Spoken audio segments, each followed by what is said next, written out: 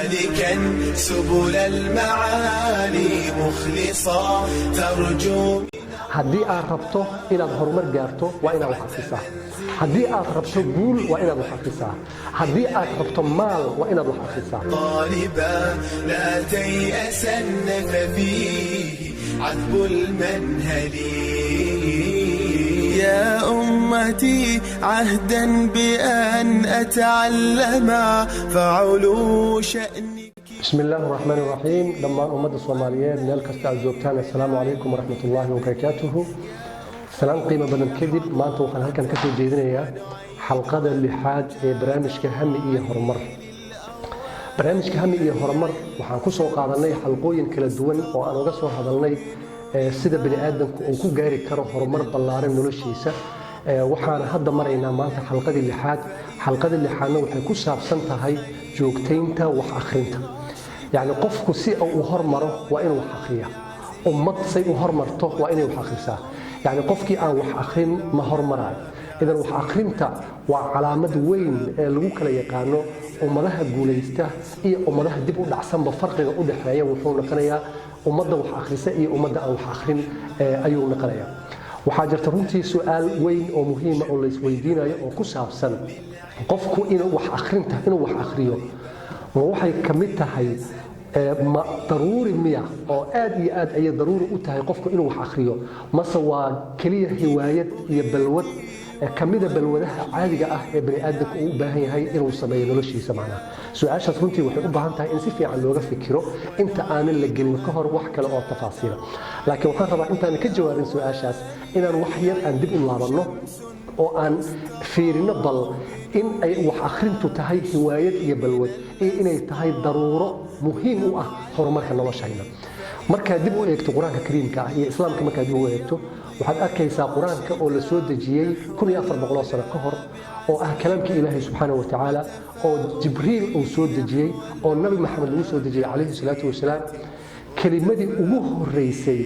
ee quraanka kariimka ah يعني marka la soo dejinayo lagu dhawaaqay waxay ahayd kalimatu iqra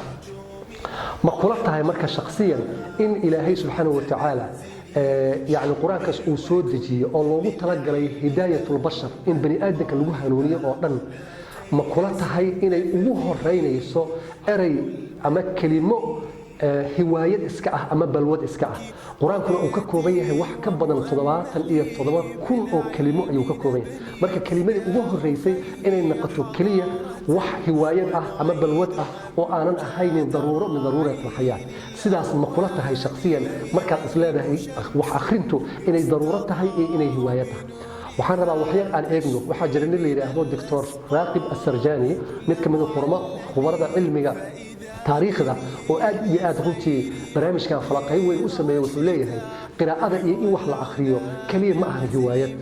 laakiin waa tubtii horumarka nolosha yani qofkii raba inuu horumar gaaro ummadii rabta inay horumar gaarto tubtii ay mari lahaayeen inay wax akhriyaan waa markaad hadda taariikhda islaamka dib u eegto ama aad fiiriso islaamku xilligii hore aad buu u faafay adduunka caalamka nuskiis ayuu xukumayay waxa ka dhisnaa islaamku u dhisnay dawlad runtii aad iyo aad u xoog badan wuxuu leeyahay Dr. Abdikariim Bakar islaamka iyo dawladdiisa iyo horumarkiisa sababta ugu muhiimsan waxay ahayd wax akhrinta iyo faafinta cilmiga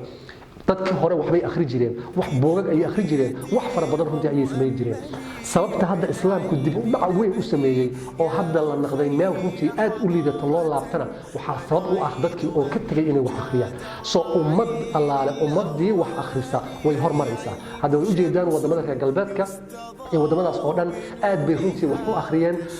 meelaha ay ka gaareen cilmiga iyo sayniska iyo wad u jeedaan lan wax akhrinta anagu dib aan u dhacnay sababtoo ah ummatu iqra la taqra ummadii loogu talagalay inay wax akhriso waxba ma akhrinayso ma yani adiga isweydii imisajeer ayaa imisa kitaab ayaa sanadkii akhrisaa ma jira iska dhaaf manaahijta iyo waxbarashada iyo iskuulada aadaa iyo jaamacad intaasoo la iska daa ma jira inaad inta maktabad tagto buugag soo qirato akhriso fahamto cilmiga ku jira aad ku intifaacdo ma dhacda lacagtaada ma ku bixisaa isweydii aad bay runtii u yartahay aad bay u rabtaa tirakoobku waxay sheegayaan adduunka kale marka la joogay wadamada kale waxay akhriyaan average-ka 48 kitaab ayaa qofka shakhsiga uu akhriya halka caalamka islaamka iyo carabta Soomaalida annaga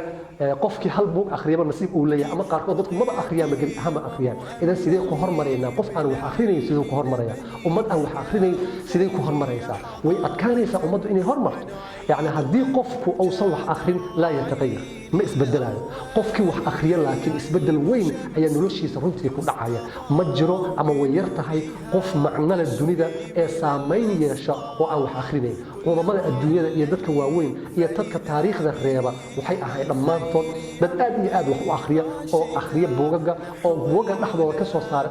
علم جاتني آدي آد وأنفعه إذا أديك إسويدي بل ما أنت يطول سنة كذب فرق يكون حين يمحوية هذه هبلا لقولها أم هبلايو إسلا قفكي آيات هاي لكن فرقه حواي أنت كتاب أو آخر شيء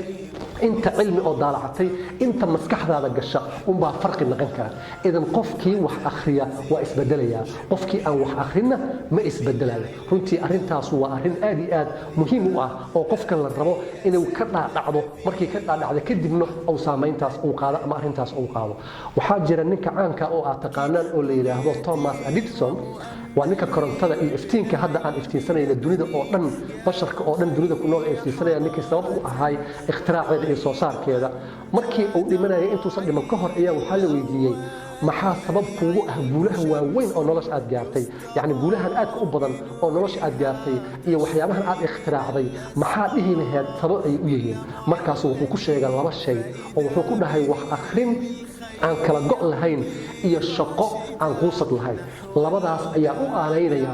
ayuu leeyahay guulaha hadda aan gaaray iyo meelaha aan joogo idan ficlan qofku inuu wax akhriyo waxay aad iyo aad ugu saameynaysaa noloshiisa ayay saameyn ballaaran oo aan caadi ahayn ayay ku noolaanaysaa dad badan waxay aaminsan yihiin ama ay dhaheen ama dad badan runtii alla sheekaysa waxay dhaheen haddii aan wax akhrino waan hilmaamayna وإنسانك بني آدمك وهلمان بدني هي وصح وصورة قل قفك إنه وحو أخرية أو هلمامه لكن وحد أجاتا أما خبرة أدوك ووين يقولتي أبي أدوجش كيان إن قفك وح أخرية لبش شيء وآد مهم وأحياء وهرية هدي حتى وحك ورم أو هلمامه لبدا شيء محيهم وحكمة أركت فوقان haddii aad akhriso buuggaas xigmadna ku jirto oo dhan maskaxdaada ayay ku haraysaa waana adeegsan doontaa noloshaada qaybo kala duwan ayaa runtii aad iyo aad u adeegsanaysaa idan xikmad qofkii raba inuu xikmad yeesho waa inuu wax akhriyaa yani xikmadda iyo aragti fogaanku waxay ka timadaa inta buug iyo inta kitaab oo runtii aad akhrisay ayay ka imaanaysaa idan isku soo duuduub hadalka macnihiisu muxuu noqonayaa haddii aad rabto inaad horumar gaarto waa inaad wax akhrisaa haddii aad rabto guul waa inaad wax akhrisaa haddii aad rabto maal waa inaad wax akhrisaa haddii aad rabto in aad yani walwalka iyo walbahaarka iyo qalqa ku haya inuu meesha ka baxo waa inaad wax akhrisaa haddii aad rabto adduunyo waa inaad wax akhrisaa haddii aad rabto aakhiro waa inaad wax akhrisaa haddii aad rabto labadooda waa inaad wax akhrisaa idan wax akhrintu waa furaha guusha nolosha yani qofkii raba inuu nolosha ku guulaysto waa inuu wax weyn akhriyaa ma dhici karto ama way yar tahay qof aan waxba akhrinayn oo aan cilmiga iyo adduunka waxa ka jira iyo waxa buuga ku yaala iyo ummadii hore waxay ku guulaysteen aan akhrinayn haddana raba inuu raad weyn ka tago iyo saameyn weyn uu ka tago aad iyo aad runtii ayay u adag tahay idan fadlan dardaarankeenu wuxuu yahay inaad maanta laga bilaabo biri ma ahan maanta laga bilaabo inaad go'aan qaadato si aad horumar u gaarto waa inaad wax akhrisaa wax kale haddaad weyso hal kitaab akhri bishii 12 kitaab sanadkii akhri taas oo saameyn ku yeelan karta haddii aad badi karto 24 48 konton kitaab sanadkii aad akhri karto aad iyo aad ayay ka fiican tahay mar kasta oo wax akhriso mar kasta oo horumarkaaga iyo guushaadu ay sare u kacdo ayay noqonaysaa waa ustaad Mas'uud Weheliye oo idin rajaynaya nolol raaxo leh رياض في عن إيرالي عشاء السلام عليكم ورحمة الله وبركاته منزلي شمر وكن للعلم دوما طالبا لا تيأسن ففيه عذب المنهل يا أمتي عهدا بأن أتعلم فعلو شأنك بغيتي ومؤملي بالعلم نبني